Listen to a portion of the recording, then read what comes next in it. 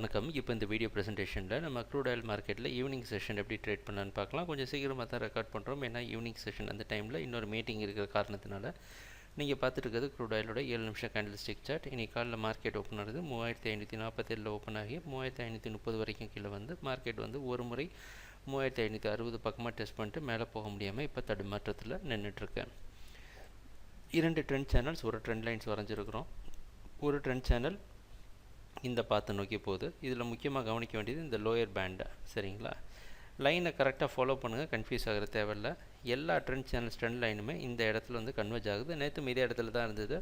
3560 இந்த முறை உடைக்கும் அப்படின்றது நம்மளுடைய எதிர்பார்ப்பு, சரிங்களா?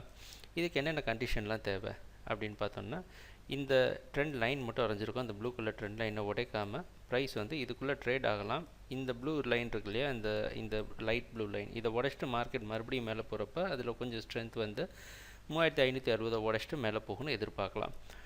அடுத்தது இந்த லைனை பிரேக் பண்ணாலும் இந்த பர்பிள் லைன் சப்போர்ட் கொடுக்கணும். இந்த வயலட் லைனோ இல்லை இந்த ப்ளூ லைனோ சப்போர்ட் கொடுத்து இந்த ரேஞ்சுக்குள்ளே ப்ரைஸ் வந்து மேலே ட்ரேட் ஆகணும். இது எல்லாத்தையும் பிரேக் பண்ணிட்டு கீழே வந்தது அப்படின்னா மார்க்கெட் வந்து கண்டிப்பாக சரிவை கொடுக்கறதுக்கான வாய்ப்புகள் மிக அதிகமாக இருக்கும். பார்த்து கவனமாக ட்ரேட் பண்ணுங்கள், சரிங்களா? அதனால் இதுதான் பையிங் கண்டிஷன். நம்ம இந்த ட்ரெண்ட் சேனல் டவுன் ட்ரெண்ட் பார்த்தும் எல்லாம் வரைஞ்சிருக்கிறோம். எப்படிலாம் வரைஞ்சோன்னு எக்ஸ்பிளைன் பண்ணி டைம் வேஸ்ட் பண்ண விரும்பலை.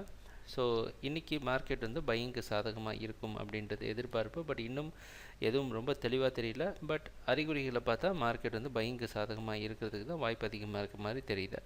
இல்லை இந்த இடத்துல பை பண்ணணும்னு நினைக்கிறவங்க, ரொம்ப சேஃபாக பை பண்ண நினைக்கிறவங்க 3570 பிரேக் அவுட்டில் நீங்கள் பை பண்ணி 3550 ஸ்டாப் லாஸ் வச்சா சில பல ரிஸ்க்கை அவாய்ட் பண்ணலாம். ஒருவேளை 3510 கீழே வந்து செல் ஆகிற சமயத்தில் நீங்கள் செல் பண்ணால் கூட இந்த ரேஞ்சு கீழே ஃபுல்லாக ட்ரேட் பண்ணலாம். இந்த ரேஞ்ச், அதாவது இந்த ரேஞ்சுக்குள்ளே கன்சல்டேட் ஆகிட்டு இருக்கு, மேலேயோ கீழேயோ. அதுக்கப்புறமா கன்சர்வேட்டிவாக ட்ரேட் பண்ண நினைக்கவும் ட்ரேட் பண்ணலாம். மார்க்கெட் பையிங்க்கு சாதகமாக இருக்கும் அப்படின்றது தான் நம்மளுடைய எதிர்பார்ப்பு. ட்ரேடிங் நடக்கிறப்ப பார்ப்போம் என்னென்ன மாற்றங்கள் வருதுன்னு. வீடியோ ப்ரெசன்டேஷனை பார்த்துட்டு இருந்ததுக்கு நன்றி, மகிழ்ச்சி, வணக்கம்.